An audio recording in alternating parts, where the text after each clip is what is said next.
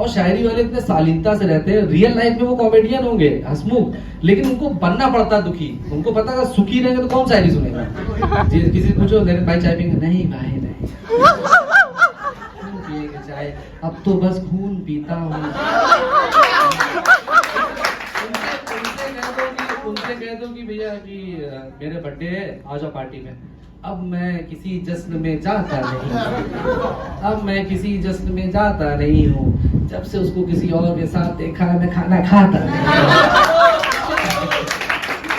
ठीक है, जैसे मान लो किसी शायर का बच्चा हो और कोई नर्स आए बोले कि भैया बधाई हो बधाई हो, लड़का हुआ, ये जहाँ हुआ वहीं डाल दो, मुझे नहीं चाहिए, जहाँ हुआ वहीं डाल दो, मुझे नहीं चाहिए, मेरे घर में मेरी एक कलम है दूसरी कलम नहीं चाहिए।